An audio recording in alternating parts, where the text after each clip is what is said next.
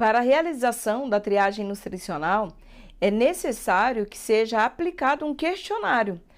Dentro desse questionário, ele vai incluir alguns fatores, algumas perguntas que vai estar extremamente ligada à rotina e alimentação desse meu paciente, né? Como baixo de apetite, perda de peso, enfraquecimento de membros, né? Enfraquecimento aí dos músculos, dificuldades principalmente para se locomover, o aperto de mão a gente consegue muito mensurar pedindo para que esse seu paciente ele aperte a sua mão. Quando você apresenta um quadro de desnutrição e grave, o que vai estar sendo perdido é a massa muscular, como eu disse, chamado de sarcopenia.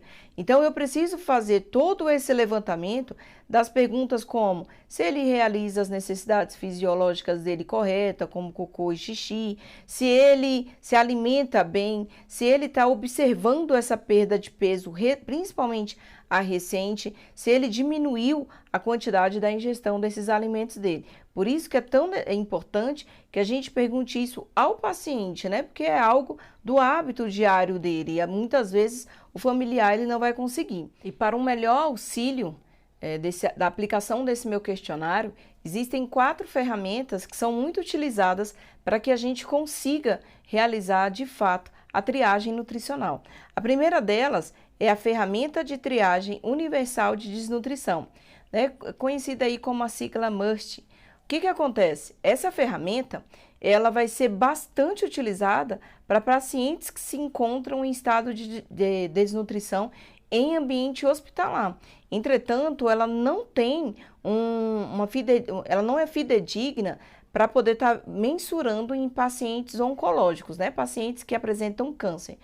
Quando a gente pensa nesse paciente com câncer, a gente vai ver que ele tem um ponto negativo, porque a maioria dos nossos pacientes infelizmente portadores aí de algum tipo de câncer, ele vai desenvolver o que a gente chama de caquexia do câncer. Quando tem uma caquexia do câncer, ele vai apresentar uma perda ponderal, uma perda de peso muito grande. Então, esse tipo de ferramenta não conseguiria mensurar essa perda de peso em pacientes oncológicos, né? Verificar aí essa desnutrição em pacientes. Então, a gente acaba vendo um pouco de desvantagem quando eu utilizo essa ferramenta. A outra que a gente tem é a ASG, que é a avaliação subjetiva global. Ela vai ser uma ferramenta mais complexa, vai envolver várias perguntas, vários índices serão mensurados e observados, mas, entretanto, ele não consegue também trazer para a gente um quadro de diagnóstico nutricional, principalmente visando a desnutrição. A outra que a gente tem é a mini avaliação nutricional.